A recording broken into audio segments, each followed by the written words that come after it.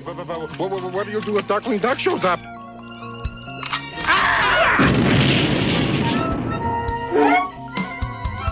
Something like that, but worse.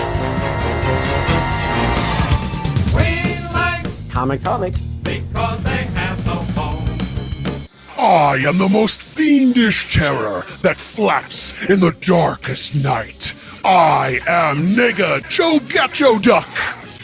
And I'm Mike White, and this is the Clean Comic Book Podcast. We like comics because they have no bones.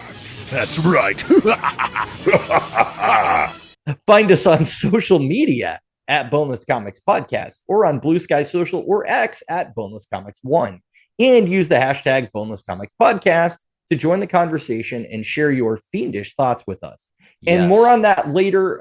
Anybody listening to this episode, make sure you tune into the after show because we actually are going to go over some comments for the first time. So look forward to that. That's right. And today's boneless and villainous review is going to be about Darkwing Duck, but it's actually going to be about Negaduck, Volume 1, the evil opposite. It's called Darkwing Duck Negaduck because it's in the Darkwing Duck series. But it's all about Negaduck. And it was written by Jeff Parker, penciled by Ciro Cangialosi, and published in 2024 by Dynamite Comics. And after listening to today's review, check out our after show on YouTube, where we'll discuss the writer and penciler, as well as take you on an even deeper dive into Negaduck's backstory and history. That's right. So our story for today. It was a perfectly villainous day in St. Canard until Negaduck realized every 2-bit evildoer in town was stealing his thunder. Fresh out of Supermax and itching for some mayhem, he digs into his crime blueprints only to find himself one step behind. A jetpack-powered weather attack, already taken by Professor Moriarty, the rodent with a doctorate, who's also voiced by Jim Cummings. Giant bugs terrorizing the city, beat to it by Lilliput Goonie and his ant army and Shrink Ray. Flooding the streets and looting from a deep-sea diving suit, the fearsome five in the form of Megavolt, Bushroot, Liquidator, and Quackerjack are already on it. Negaduck, so he, is not amused. But then he overhears Hammerhead Hannigan, who looks like a goat, basically, talking about his boss, Taurus Bulba, who, yes, looks like a bull, planning a heist for the legendary Midas Gauntlet, capable of turning anything into gold. Well, that sounds exactly like the high-stakes evil Negaduck deserves. So he does what any self-respecting criminal mastermind would. He steals their research, their airship, and their whole plan, basically.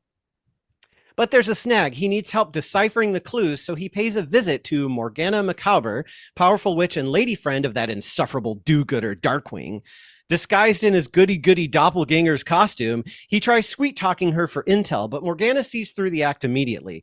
But before getting eaten by her giant spiders, he convinces her that his plan has nothing to do with Darkwing and will not hurt her precious little Darkwing in any way because they're in a relationship. So she says, all right, I'll give you some information. So he gets what he needs to find King Midas's tomb, along with a fair warning. Magical objects tend to lose potency over the centuries or not work the same outside the region they come from. Naturally, Negaduck ignores her and just heads straight for the island. But unfortunately for Negaduck, stealing an airship with a tracking device in it wasn't his brightest move. And soon, Taurus Bulba's gang, the Fearsome Five, and some expendable goons all crash the treasure hunt. But the Fearsome Five's powers are put to good use as they navigate the island's booby traps, while Negaduck ignores yet another warning that the gauntlet only brings misery. But then he finally gets his prize, and it actually works. He actually does start turning everything into gold. But before he can bask in his newfound riches, Taurus Bulba reveals the real plan. Negaduck was just his errand boy, a pawn in Bulba's master plan, just like Darkwing was in the very first episode of the TV show. Absolutely furious, Negaduck swings the gauntlet, accidentally turning the Fearsome Five and Bulba into gold, which even Negaduck himself kind of admits, this is pretty harsh, even for me. But then plot twist! Bulba bursts out of his golden shell. Turns out the gauntlet just gives things a thin coat of fake gold. It's not even pure, it's pyrite! So defeated, but undeterred, Negaduck ditches the gauntlet, muttering something about how, he could have been warned about this, which of course he was, twice.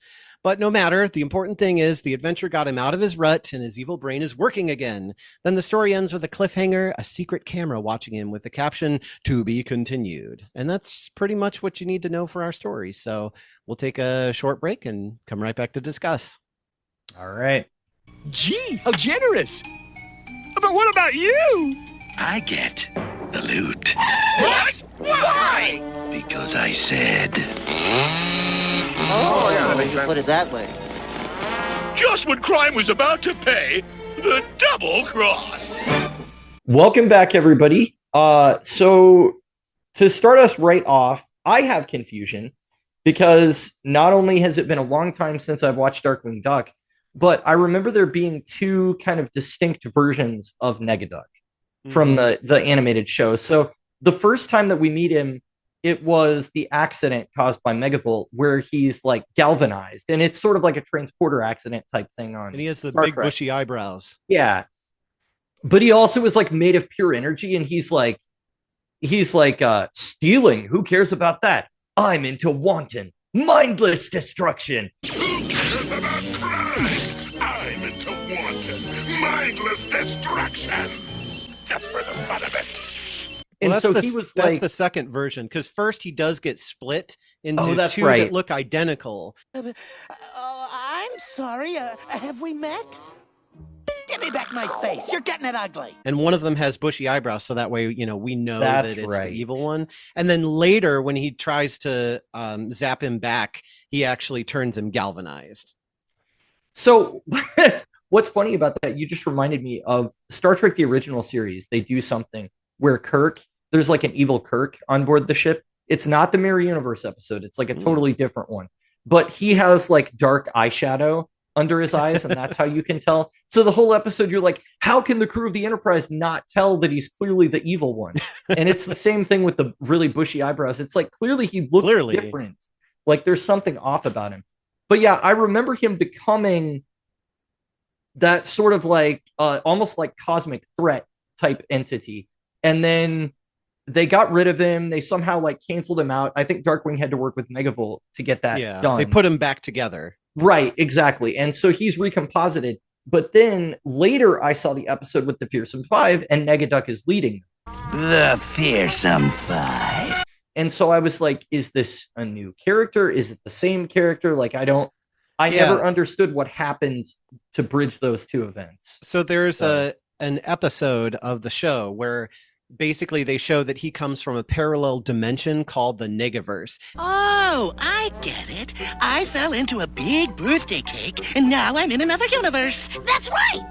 I don't think so. And we talked about this a little bit during our review of Darkwing Duck last time, where he comes from the Negaverse, which is a dark and twisted version of Darkwing's world. You could almost call it like the mirror universe, basically. It's the dark multiverse in DC. It's the okay. So one trait about Negaduck that they establish in that episode is that he actually has an understanding of dimensional travel. So he's able to enter Darkwing's world through this, like, it's basically a giant cake, and he opens the top of it, and he can go through the cake, and then he comes out into Darkwing's world. And his hideout, his secret hideout, which if I tell you, it won't be a secret, Right. but I'll tell you anyway. His hideout is called the Sugar and Spice and Everything Nice Bakery. So that's why there's a cake.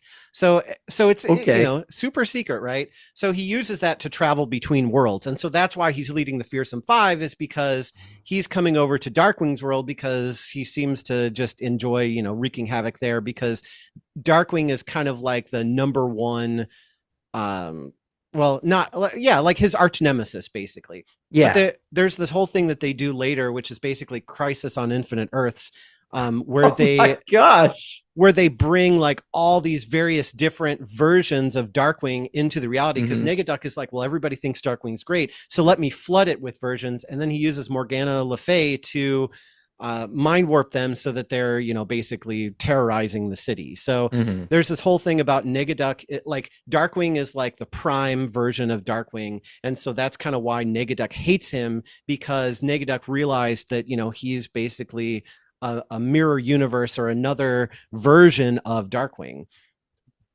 Okay, well, that gives a lot more motivation to him than just he's an evil version of Darkwing Duck, because like I had those VHS tapes as a kid, which I know those are what we've both seen like 100 times. The ones that you could, I don't know, I probably picked them up at Walmart, and they have like the really 90s super bright colors on the spine and everything. And I watched those over and over. But yeah, you have both versions of Negaduck in in those as well, because that one episode where he's galvanized Yeah. that was like a one-off, and that's not related to the Negaduck that we have in this story. Almost like not canon, but I mean it is, because they took Darkwing and they split him into his light and dark sides, and then they put them back together. And so probably what happened was they're like, well, that was a really cool idea, but we wrapped it up at the end. What if we brought that character back, but he was separate? And then it just kind of developed over time.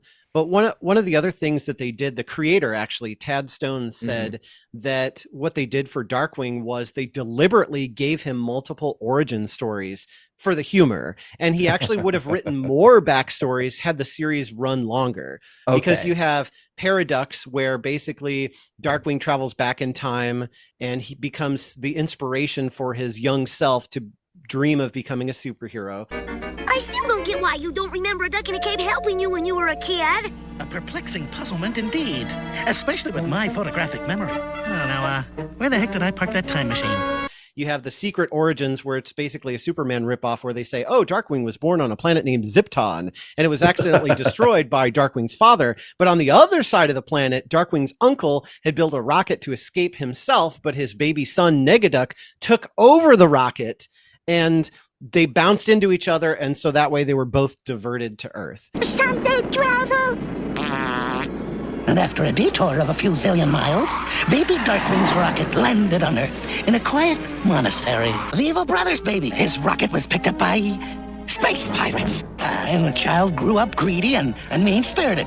And so then, see, when he came to Earth and discovered his long-lost cousin, well, his first thoughts were, what a sap. Better make sure Mega Geek doesn't interfere with my plans for world domination. And then there's another one where a teenaged version of Drake Mallard, who's Darkwing's secret identity, saves his high school from his classmate Elmo Sputterspark, who is Megavolt, and then he makes his debut as Darkwing Duck. But what can Drake the Dweeb do? No one will take me seriously. Wait a minute. What if I weren't Drake the Dweeb? Oh my, what has happened here while I was gone and not around at all? You miss Darkwing Duck, man. Darkwing Duck Man? What is this Darkwing Duck Man? So kind of more of like a almost Spider-Man version, where it's like you have the teenager who discovers he has these powers, and then he's like, here I am, a superhero. And then one more, in the 2017 DuckTales show, Darkwing Duck actually is on there as a fictional star of a superhero television show instead of somebody who exists in the show's universe. So they kind of like rebooted it again and kind of took Galaxy Quest, that type of movie, as an inspiration, because the original Darkwing is Jim Starling instead of Jim Cummings, the actual voice actor. And then he transforms into Negaduck. Happy to play the part. While the new actor's name, who's playing Darkwing, we find out at the very end, it's like, oh, what's your name, by the way? Drake Mallard. Never heard of you. So, of course. so there almost is no canon version of an origin story for Darkwing or Negaduck. It's just kind of like they thought it would be fun to not give you what the actual origin is, so they just gave you a whole bunch of stuff that was fun. Well, and in the sort of mindset of 90s animation, especially comedy animation, it makes sense that they were pretty fast and loose with continuity, and that it didn't really matter a whole lot. It's just one of those things that I've always wondered about, because I've seen the character look two different ways. So I was like, what's the deal there? You know? And so, okay, well, that explains a lot. He actually does mention in this comic book story something about his dimension, and since I came to this dimension, et cetera, but I kind of just blew past that as like, oh, that's nonsense, or like, I don't know, I didn't pay a whole lot of attention to it. So that's cool that the writer of this actually went back and did the research again. I think that's something that we noticed about the original Darkwing comics that we reviewed last year, as well, is that it feels like the people that Dynamite is hiring to get behind this really know the animated series well.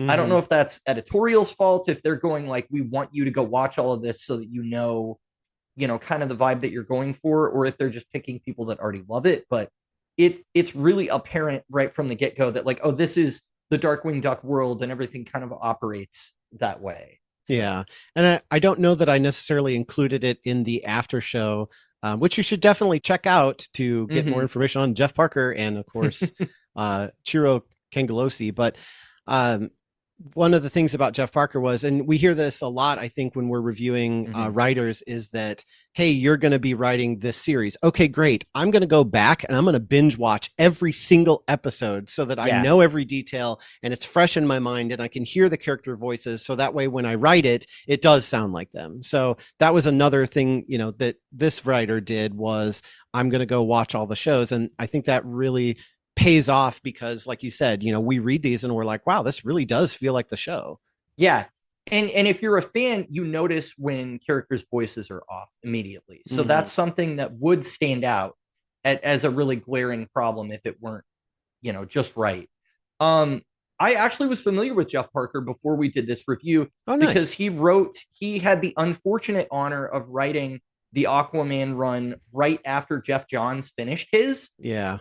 So his run was really good. Jeff Parker's was really good, but Jeff Johns was like exceptional. So it was kind of like, I don't know if it really got the like appreciation or attention that it deserved, but really my big takeaway from reading that back in the day was that he was a writer that was very much building on what came before. He kind of took some stuff that Jeff Johns was doing with Scavenger and started to kind of reintroduce him. He started to involve him more in the heroic community and sort of cross him over with Wonder Woman and other people that had sort of mythological aspects to their backstories. And honestly, Jeff Parker's run was completely inoffensive, and it built nicely on the lore that Jeff Johns established when he kind of rebooted that character. So I also know that at DC, he's kind of the guy known for writing the books that are based on old media adaptations. He's written, I think, Batman 89. 66. Oh, it's Batman 66. Thank you. Batman 66. So yeah, so going even further back, the one based on the 60s TV show with Adam West. And so it makes a lot of sense. Like when I saw his name on this book, I was like, oh, okay, I kind of breathed a sigh of relief. Like, he's somebody that has written a lot of stuff based on old media that has then been translated to comic book form. So I feel like at this point in his career in 2024, it's probably like, yeah, that's just another property that I have to do that for. And it's probably wasn't too hard for him, I would think. Yeah. So this isn't really worth talking about at length, but one of the things that popped out to me again was because I don't usually pay attention to lettering. But in the Darkwing Duck comic book and also this one, we have the letterer doing things for the sound effects that are relevant specifically to that character. So instead of it saying whoosh, it says Negawoosh whenever he's doing stuff. And even if the sound effect makes no sense, they'll insert the character's name into it. So that was just a fun little visual touch that I really appreciated when I was reading the comic.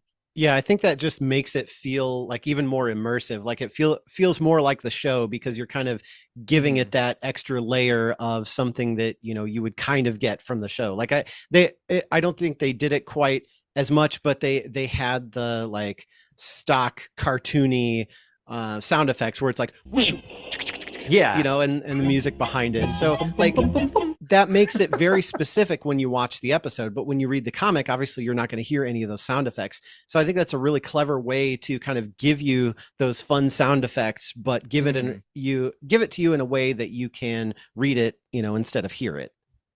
Yeah, and just the fun of seeing them change the sound effects into something goofy like that, you know.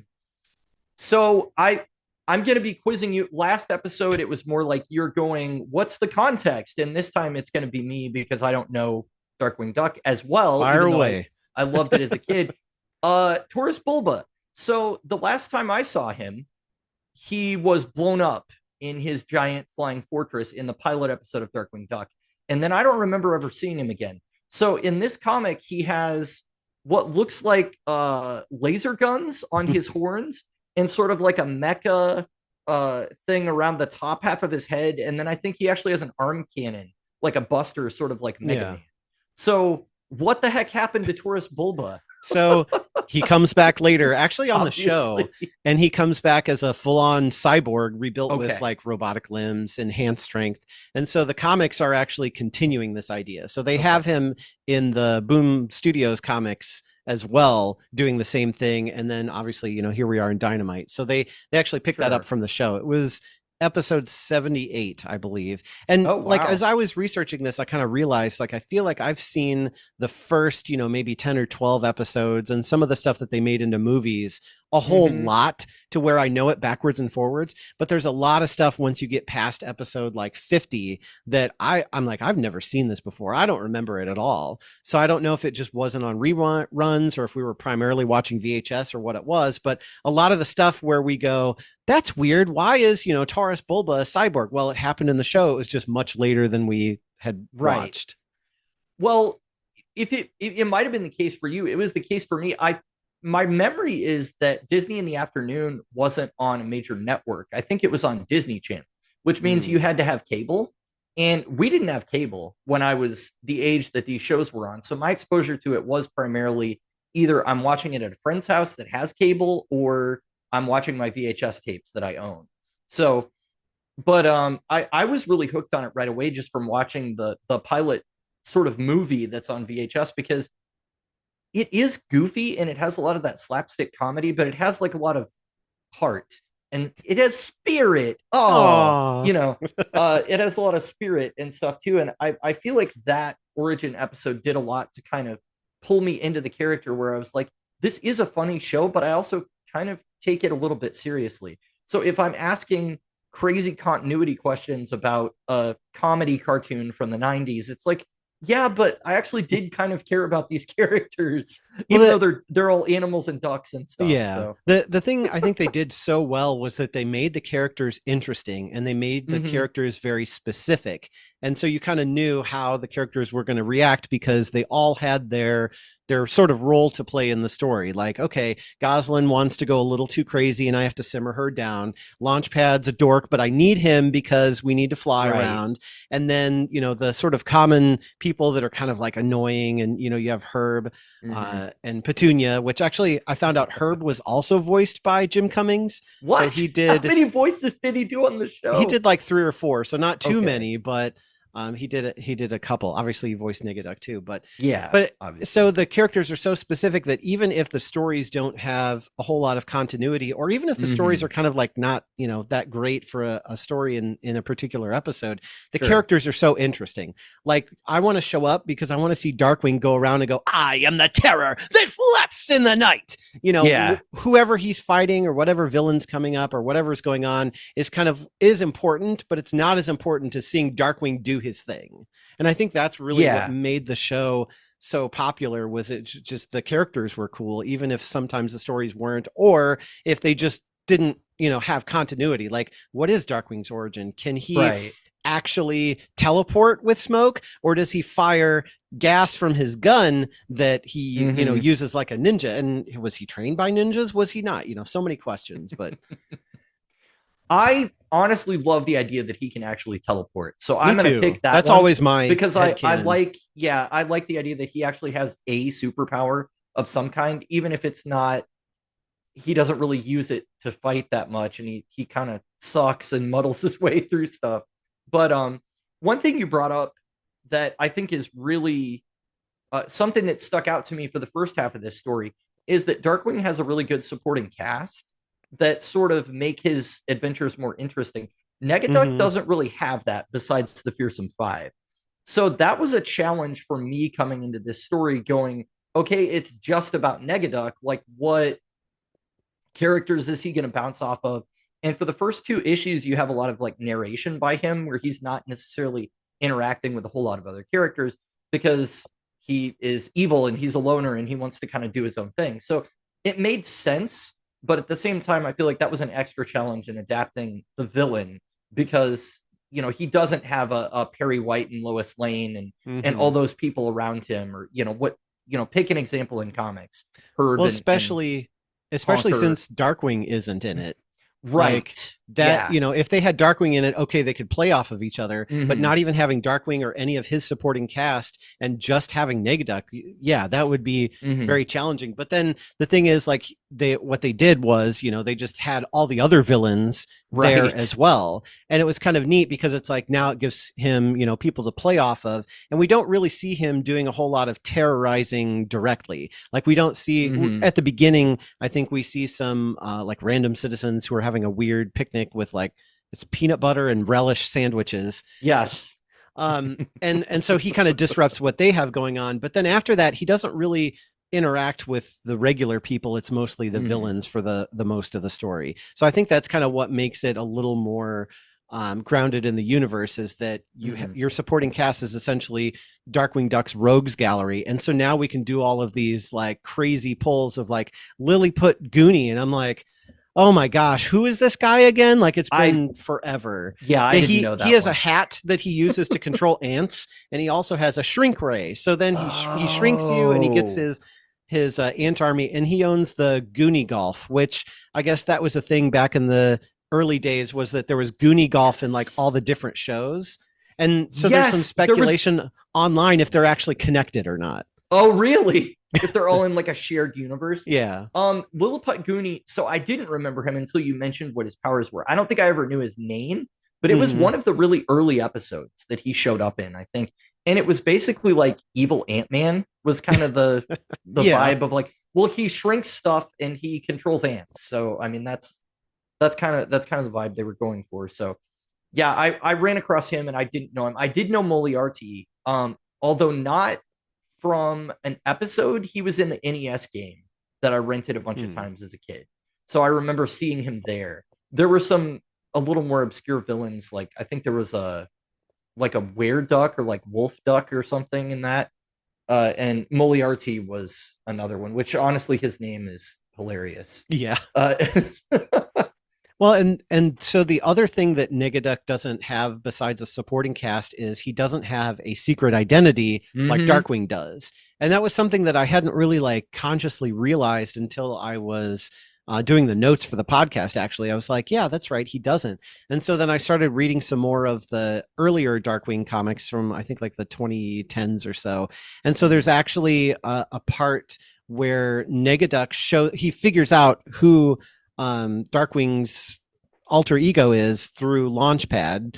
And so he actually crashes into their living room, Doc Ock style. Well, he crashed into a bedroom, but anyway, he crashes the house, and he comes to where they are and is like, I know your identity now. And so none of your family is safe.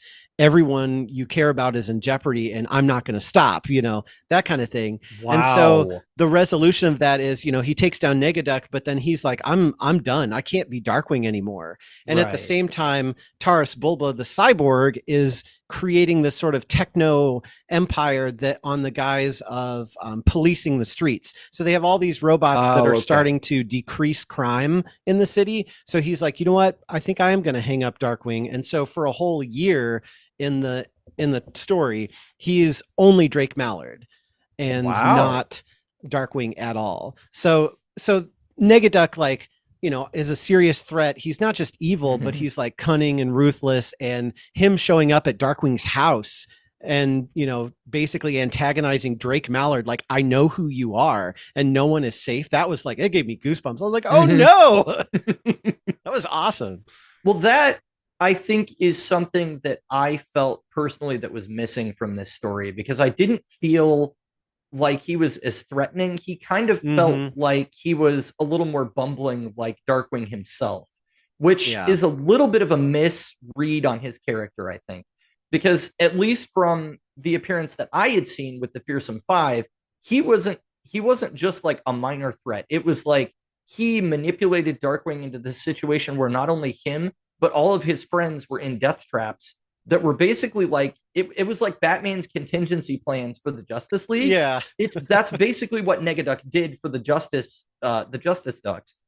And he had them all in these elaborate death traps that were like, they were cartoony, but at the same time, what he was actually doing was pretty horrifying. Yeah. Like he was like drying out the fish character. Yeah, and... Neptunia. We're gonna have ourselves a big old fish fry. I was like, oh my gosh. When I throw the switch. We know the switch. Right. Well, yeah, and that's the part that he shares with Darkwing, at least in my mind, is that sort of theatricality and that sort of over-the-top flair that he has. But I always felt like he was more cunning and more of an actual threat than the way they portray him in this story. Because the story that we take him through here is more of like a heist movie kind of thing, where it's like, we're gonna oh, look, it's the thing. We want to steal the thing. Here's our plan to steal the thing. Oh, no, the plan goes wrong. We have to adjust it. Then we get the thing. And then once you get it, you find out it's not what you thought it was. And that's kind of like by the numbers, like heist storyline, which isn't a problem in and of itself. But I was wanting Negaduck to sort of menace the populace in some more overt way, I guess, than what I got from this story. So that was the only thing that really, when I was reading it, I was like, oh, I'm a little disappointed just because I thought it was going to be more of a, like he was going to be more of a threat. Basically. Yeah. So. It almost seemed like they really did make Negaduck Darkwing's opposite in the fact that he's exactly the same. He just cares about evil and crime instead of being a good hero. Right. And his portrayal in this comic really, felt like he was kind of more of a slapstick villain, and he kind of just found his way into accidental success. Whereas that's what Darkwing does. And that's what makes them so great as opposites, is that Darkwing is full of heart and spirit. But he's also full of, he basically just through sheer luck bumbles his way into victory. And that's what makes it so great, is because Negaduck is like menacing, he's cruel, he's calculating, he's just, this is the plan and this is what's going to happen, and it sounds really terrible. And then Darkwing just happens to stumble in and knock something over, and that kind of like the Disney cartoons, it's like he won, but it was really just because he accidentally bumped into something that took down the whole electronics. And Negaduck that is furious because he's like, I have this elaborate plan that this idiot is going to walk into, and I'm going to close the jaws on him. And instead, what I thought was impossible happened. You killed me, like Smith and Neo in the Matrix. Something that I knew was impossible, but it happened anyway. You destroyed me, Mr. Anderson. And so Negaduck's just like, oh my gosh. And that makes him want to get Darkwing even more the next time. I'll get you next time, Gadget, because how did I even lose? I don't even know how I lost. Like, everything was set in motion. And that's what I thought made Negaduck great. And all of that was missing from this comic. I know that's really, I mean, if I'm going to talk about negatives in the story, that's probably the big negatives, kind of glaring one. Negatives, Negaducks. I'm not a duck. I used to be. That's probably the big one, is that I felt like he just didn't quite nail Negaduck's character.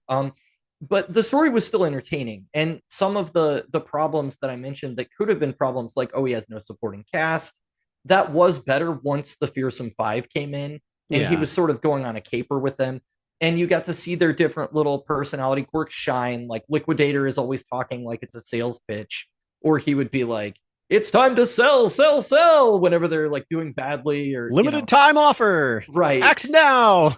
Like, we need to go. Act now. His sort of like salesman persona that he has, or whatever. I thought that was entertaining to see that. And Bushroot actually super helped them out, because there's a jungle that they have to cross to get Midas's glove that was full of these like flesh-eating plants. And Bushroot's like, oh yeah, just mind control them and get them out of the way. So that was like no problem.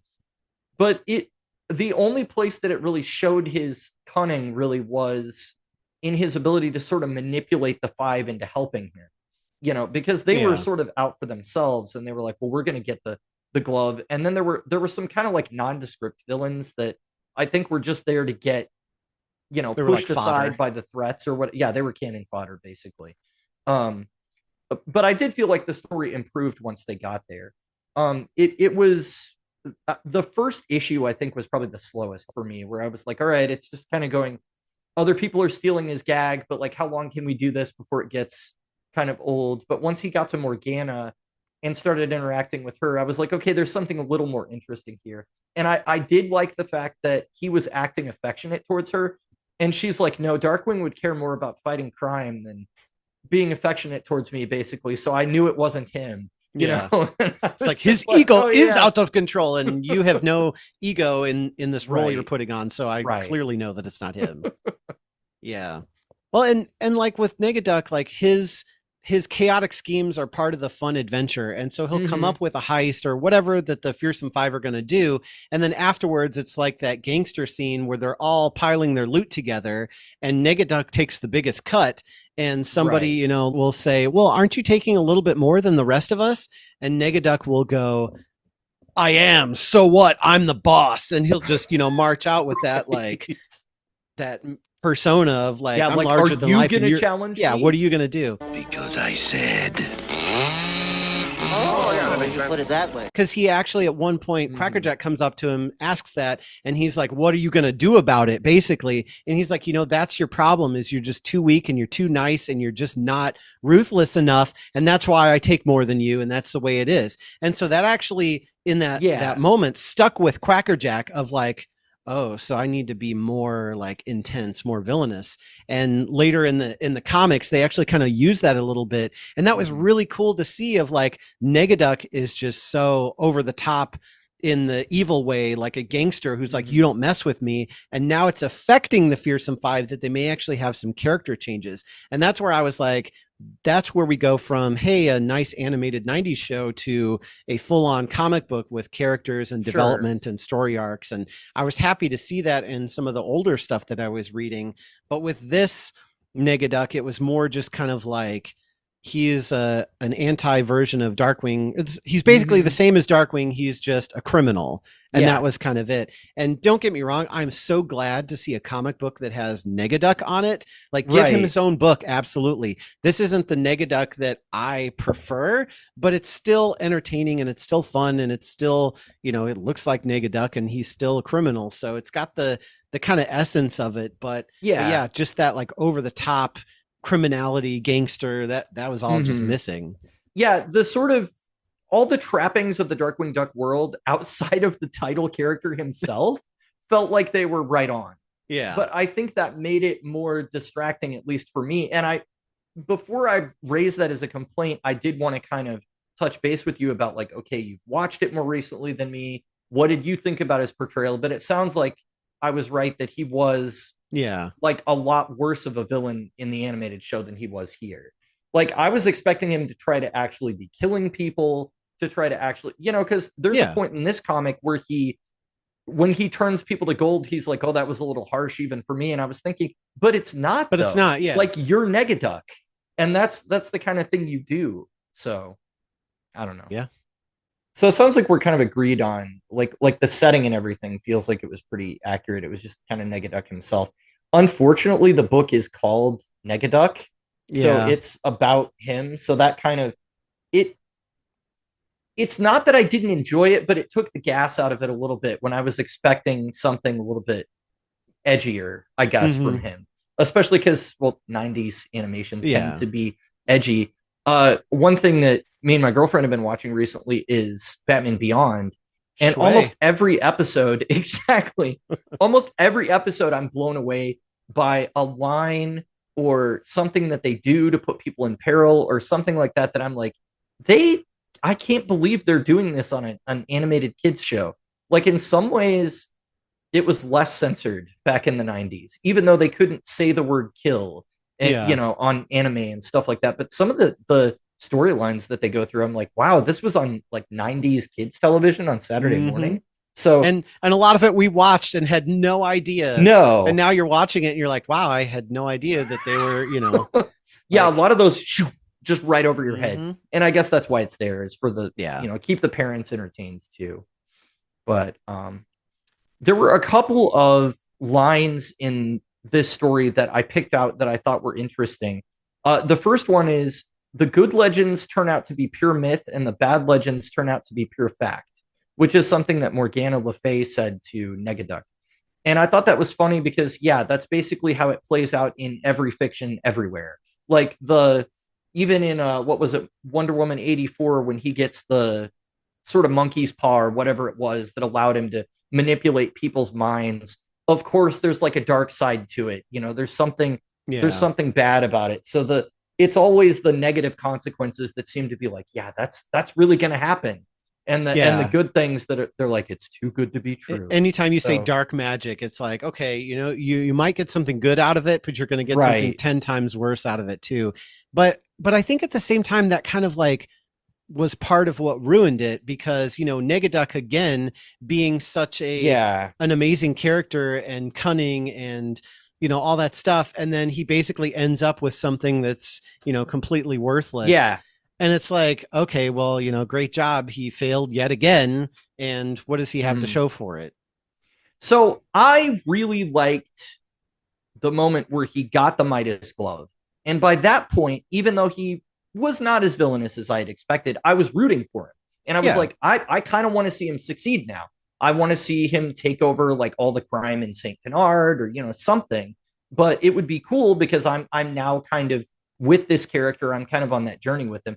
So yeah, it was really disappointing when the Midas, the hand of Midas, turned out to just be making pyrite everywhere. I was like, really? That's how we're going to wrap this up? So I thought that was kind of lame because I wanted to see Negaduck succeed. I know he's evil. If he was real, I wouldn't want it. But for the purposes of this story, it would have been more satisfying. And I even liked his new sort of name that he gave himself, Goldfeather.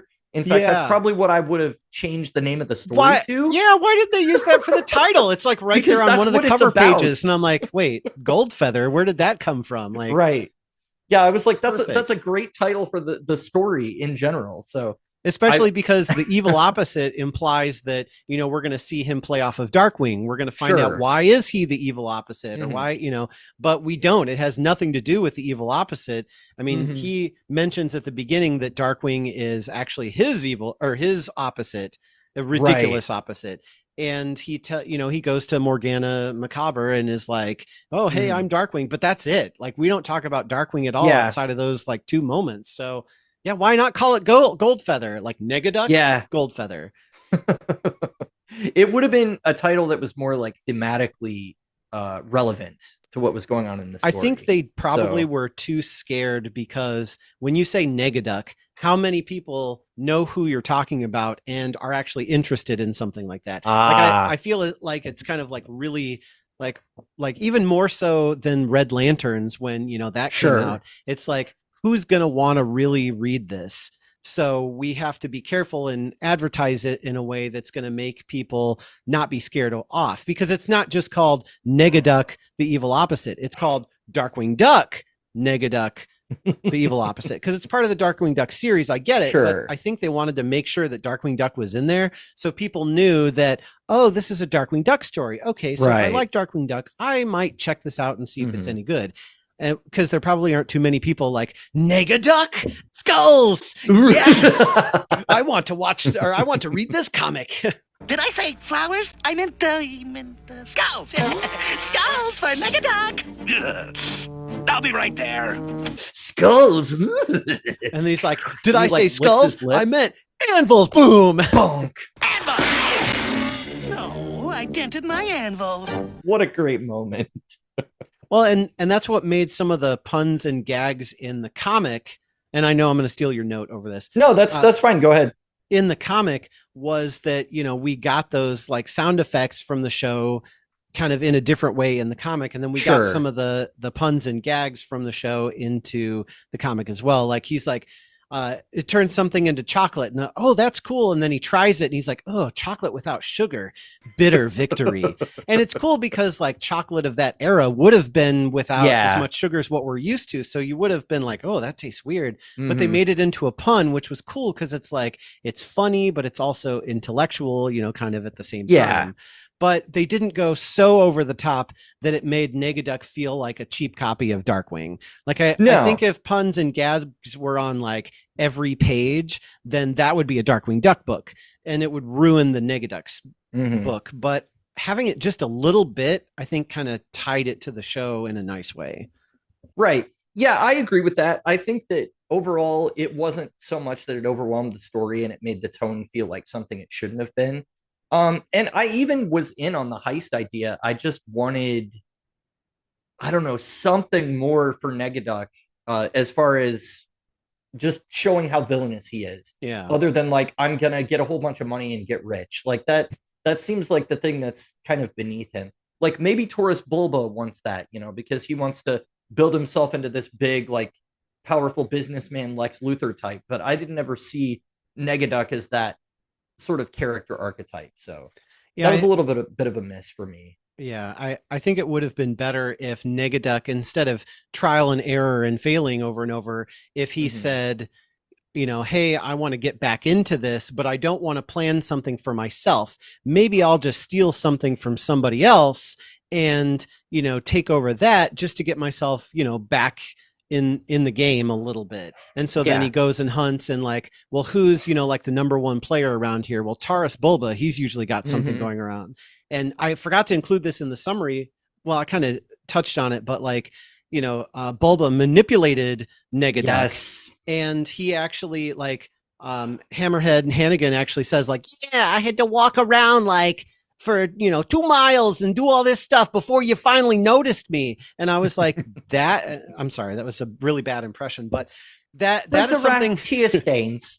Yeah, that's something that Darkwing would do. Like, he wouldn't see the giant sign that says Fearsome 5. He has to find the tiny little breadcrumb and analyze it and realize it's from a bread factory, which is the location of their hideout. But having Negaduck do that, I felt was really like just out of character. Like, he got manipulated and he couldn't come up with his own thing. And even the thing that he thought he was doing by stealing their plans, actually, he didn't even come up with stealing it. Somebody else manipulated him into stealing it. So he basically had no original ideas or anything in this whole 5 issues. Yeah, which is kind of a shame because you are coming here to read about Negaduck. It was a lot worse issue reading this story than it was in this one, but there was a Hawkgirl trade that I read, I don't know, maybe 5-6 months ago, where they spent 4 issues focusing on the author's sort of self-insert character, and then 2 issues focusing on Hawkgirl. And those 2 issues gave us good Hawkgirl stuff, but in a 6-issue mini, 2/3 of it were not devoted to Hawkgirl, and that was like, that's a problem. So I felt kind of the same way here, where like this story about Negaduck makes Negaduck not really look that powerful or that good, which is kind of a shame because I was in for like, what crazy scheme is he going to come up with? And like, how is he going to screw the people of the earth over? And maybe Darkwing will be in it. Maybe he won't. I was actually fine with Darkwing not being in the story. Yeah. But I was just looking for more threat from him than what we got here. So. Well, and even with the thing with the pyrite at the end, it's the same thing where it's like, okay, now Negaduck has a powerful gauntlet that turns things into gold, except no, it doesn't. It makes them into pyrite. So it's worthless. So yet again, Negaduck got something that didn't work and wound up with nothing. I'm like, man, he just got kicked like left and right and has nothing to show for it. Like, what a way to start the series. Kick him while he's down. Again, doesn't that feel like Darkwing himself, where it's like nothing ever goes right, and it's a series of accidents that gets him to success, but he's got this ego that's always like, I'm the greatest superhero ever, but then he like can't back up that bravado. That's like his character trait, so. But then he does somehow in the end, he is able to accomplish the goal, even though like if he's like, oh, I can fight 100 men no problem, or 100 ducks no problem, but that's too many, he wouldn't be able to do it, right?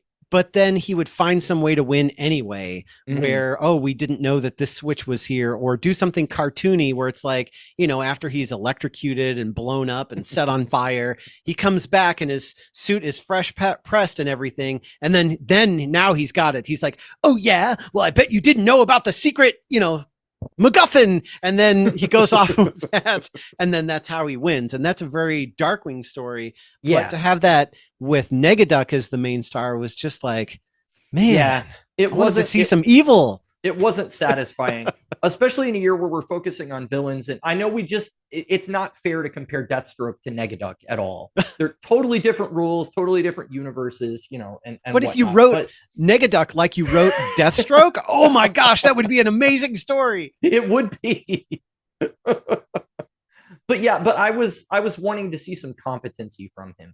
With Darkwing, it sort of like inspires you whenever you do see him do something confident or competent, because you're like, oh my gosh, he actually pulled off something. So like when it does work, you're like, yeah, like you're rooting for him even more. With Negaduck, it's more like I just wanted him to sort of continue the traits that we've already established. Even if it doesn't work out, you know, obviously we can't write a whole comic series on, well, I mean, maybe you could, a character that can just turn stuff into gold with a gauntlet, because now he doesn't need to ever do anything for money. So that takes out most of the crimes that you would do. Sure. And then that would probably turn it into his personal feud with Darkwing, which if you want to keep Darkwing out of the book, you got to find something else. So eventually, yes, maybe the glove just stops working after a while, and it's not Negaduck's fault. And he's like, you know what? I don't care. I take this in stride because I got this gauntlet and I used it, and I have enough gold now that I can do what I want to do. And hey, this glove doesn't work. Whatever. It doesn't serve me anymore. I'm going to move on. You know, that's the Negaduck I want to see. You could kind of end it on that point. And I mean, we're just rewriting the end of the story now, but we do that sometimes. Yeah. But you could end it on a point where he's sort of lost the powerful MacGuffin thing, but he's still loose. And so you're still kind of going like, ooh, Negaduck's still out there. We don't know what's he going to do next. Instead of what's he going to stumble into next. Yeah, which felt like where we left this story off. So it's funny because when I was reading the story, I felt generally pretty positive about it. There were a few kind of complaints that I had, but that's one of the reasons why I don't ever want to go into final thoughts right away or do a rating right away, because talking about it sometimes you know, brings things to mind that I wouldn't notice otherwise. There was one other quote that I pulled that I just thought was funny, because Liquidator says at one point, there are some guys sinking in quicksand. And he's like, quicksand isn't a real problem, boys. You're just sinking in a mud pit or something like that. And like, it's not gonna kill you. I was led to believe as a child by Indiana Jones and by Bugs Bunny cartoons and by Darkwing Duck cartoons and everything else that I saw in media, that quicksand was like a real problem that I was going to have to worry about in adulthood. But apparently it's just going to swallow you up and you go, and then you're gone. Yeah. Well, we usually don't go to areas that have quicksand. And even if you do, it actually, so it isn't like it is in animation. Like I looked it up a little bit just to be like, okay, what is the truth here? So you basically, you just get stuck and you can't get out, or it's really difficult to get out, but you don't actually like drown in it. Right. So the danger more is just not being able to move or getting exhausted while you're trying to get out. Sure. Or, you know, yanking on your arm when it's stuck. So it's kind of more like the sticky spider traps than it is, you know, something that you just like, and then you're gone. Yeah. Well, yeah, that's even in like Indiana Jones. I feel like, isn't there a scene in one of the movies where he's like sinking? Like, and it's not like a gradual thing. It's happening like very quickly, where they're like, crap, we have to throw the rope out there and get him, or he's going to die, kind of thing. So I don't know. It's like an immediate danger instead of like, well, crap, now I'm trapped in mud, because that wouldn't be as entertaining. Right. So leave it to this comic book based on a 90s animated show to be like, you know what? You don't need to worry about that, Mike. It's going to be just in case you ever wondered about quicksand. It's actually not the threat that you thought it was. Wow. I learned something 20, 30 years later. Right. Anybody get in the comments that also watch shows during like the 80s and 90s and tell me like name off the media that quicksand was in, because I feel like it was everywhere for a while. Yeah. What have you seen quicksand in? Let us know in the comments. I think the only other thing that I wanted to touch on was that Ciro Cangialosi, I thought his art was fantastic. Yes. It was really good. So big win on the penciler that they got to do this. Everybody was on model. There was great coloring. And there were even some really unique shots where like one where Negaduck is holding his, he's like holding the gauntlet, but you see it from the gauntlet perspective, and you see him sort of distorted and reflected in the gold. Like that was a really cool shot. There wasn't anything that was so cartoony that it made characters look like they weren't who they were. Everybody was perfectly recognizable. So that's exactly what you want for something like this. Yeah, that was the thing too, is like when I went back and read some of the stuff from like 2010 to 2015, I actually I liked a lot of the writing, the way that they, you know, wrote Darkwing as like a serial story, but I didn't like the artwork as much. I really like the the art in Negaduck. Like those issues, I think were done really well, and just like it just really looks like the show, but kind of its own thing too. And it's not so like fluid and cartoony that it's like the old Bugs Bunny cartoons where it's just, I don't know, it's just different. But yeah, I liked it too. Yeah, it was cool. I did mention the coloring, but it made everything look more three-dimensional, and you can spend more time on something like that when it's a still image as opposed to when it's got to animate and it's got to move. You remember the old trope of, and I mean, we've noticed it in Batman Beyond recently, the background is painted in great detail, but the one vial that the person has to interact with isn't colored as well because they have to pull that out and it's got to animate. So it has to look different. There wasn't anything like that. So yeah. With all that said, I think I am ready to move on to final thoughts. Yes. Let's do it. We like Comics. because they have no bone. So, it's probably, kind of giving away how this was going to end just the way we were reacting to it during the episode. But I was kind of at a 4, honestly, before we started talking. But the more we talked about Negaduck's character himself, and the more I realized he's the title character, and that really is the one part that you should really nail for this, the more I felt like, it's not something that I can rate that highly. I think I'm going to give it a 3.5 because I think that the story was fun. It was a nice heist story. I really enjoyed the art. It was fun to see all of Darkwing's rogues again. So it had a lot of positive things going for it, and it felt like the tone of the show was generally there. It's just, I can't rate it higher than that because Negaduck himself felt out of character, and for a book named Negaduck, that's kind of a problem. So yeah, I think 3.5 bananas is perfectly fair. That might actually be going a little bit high, but nostalgia gives the extra 0.5 there to move it from a 3 to 3.5 of just like, I like Darkwing Duck, and I like the universe that this is set in, so you've already kind of got me there. So it's going to be 3.5 bananas for me.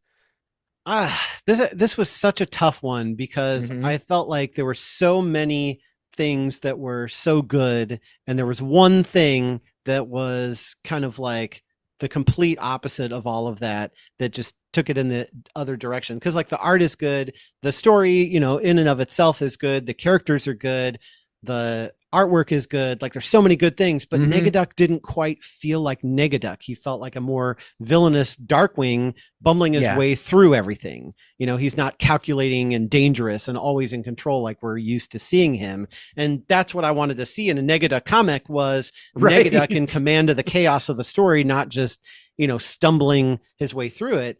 And then the pyrite twist at the end, I guess had to happen, but at the same time just felt like another, cap in his feather, since he's a duck. Instead of putting a feather in your cap, you put a cap on your feathers. But it was a great ride. It was fun, but I just wish that Negaduck felt more like Negaduck. Yeah. But the Negaduck that we had wasn't, it's not like he was like 100% out of character. He just wasn't the version that I was looking for. Sure. So I think I'm going to give this one a 4. Yeah, I'm going to stick with a 4. I was going to go with a 4.5 initially, but then kind of like you through our conversation, I felt like it just, it's hard to rate it higher just because that one negative is so negative, and it's not the negative I wanted. Right. So yeah, I think a 4 is a good score, and that will kind of balance us up well of being like, we really like this. It was just one thing that needed to change for it to be, a higher score. Yeah. Yeah, I would agree with that. I went lower than I was actually expecting you to go lower than me based on you have more context than I do on this, which sometimes that can like tank a rating. I know with the Deep Space Nine review we did last year, it was like, well, I know this show inside and out, and this wouldn't happen, so it gets a 2.5 instead of a 3 or whatever, And so sometimes that can negatively impact it more. But I hope that anybody watching or listening to this, you recognize that it is a fun story. It's worth buying, honestly. Like if you see the trade out there in the wild, I do think it's an enjoyable ride. Just go into it with your expectations managed a little bit, that it's not going to be quite the dark villainous version of Negaduck that we've come to expect from the cartoon. Right. And there is more Negaduck beyond what we have read. So, we don't know if it's changed into kind of more what we're looking for or, devolved further. Yeah. But there is more Negaduck. And that was kind of part of my score too, is like, if you just tell me that Negaduck is going to be an ongoing series and I can continue reading it for a long time, hey, I'll give every one a 5. Like I was almost like, I almost don't care that his character was not what I wanted, because I was just so happy to be back in the world of Negaduck and Darkwing Duck again, that kind of made me go on the higher end of the spectrum than the lower. Whereas something like Ratchet and Clank, there's like so many games and we've done a lot with them, that when they didn't nail the characters right, it was like, this tanked it for me. Like this didn't feel like I was watching a cool cutscene in the game. Whereas with Negaduck, I'm just like, I felt like I was in Darkwing Duck watching some version of Negaduck, but I was just happy to be there. So it's maybe like you were watching the show, but it was more of like a middling episode, not one that would like knock your socks off, but it's like, it's still worthy to be part of the series. Right. So like when they bring out Rhododendron, Bushroot's assistant, and you're just like, another pun, like, come on, can't we like do something with the story? Some of the episodes, are just like, oh my gosh, this is like really, really crazy. But there's a lot of filler on that show, as there was. Well, that will pretty much wrap us up on this episode of We Like Comics, because they have no bones. Yeah, so everybody be sure to share your thoughts on social media at Boneless Comics Podcast, or on Blue Sky Social or X at Boneless Comics 1. X! Use the hashtag Boneless Comics Podcast to let us know what you think of this story, our discussion, and your favorite moments featuring Negaduck. And we might feature your comments in the after show, which is something that we're doing now that we're actually getting comments. So thank you for everybody that's actually been contributing to that, because it's a fun thing to get feedback. Also, don't forget to tag a friend who loves comics so they can join in the conversation too. That's right. And make sure you head over to our YouTube channel at Boneless Comics Podcast, where you can watch the video version of this episode and join us for the after show, where we're going to discuss the writer, the penciler from the story, and then also dive deeper into the history and character of Negaduck. And also, while you're out there, check out our website, bonelesscomicspodcast.com, where you can get additional information about your hosts and a link to our new Printify shop, where you can order Mike's banana designs on t-shirts, mugs, and more. And the banana design he did for Negaduck is really cool. It's got the like crazy swirly eyes and the sharp teeth. Like, that was always something I thought was cool about Negaduck, was he looked like Darkwing Duck in a different outfit, but then when he like gritted his teeth, Darkwings are straight, but Negaducks are sharp. And I thought that was really cool on the banana you do. So check out Printify and get that on a t-shirt. Yes, please. Next episode, we're going to be taking a look at Wildcats, Better Living Through Violence, and Bloodshed for a Better Tomorrow. Written by Matt Rosenberg, penciled by Steven Segovia and Tom Darren, and published from 2022 to 2023 by Wildstorm/DC. So don't miss it. I will have a lot of questions, so yes, you will. Thanks for listening, and we'll catch you later. All right. We like Comics. because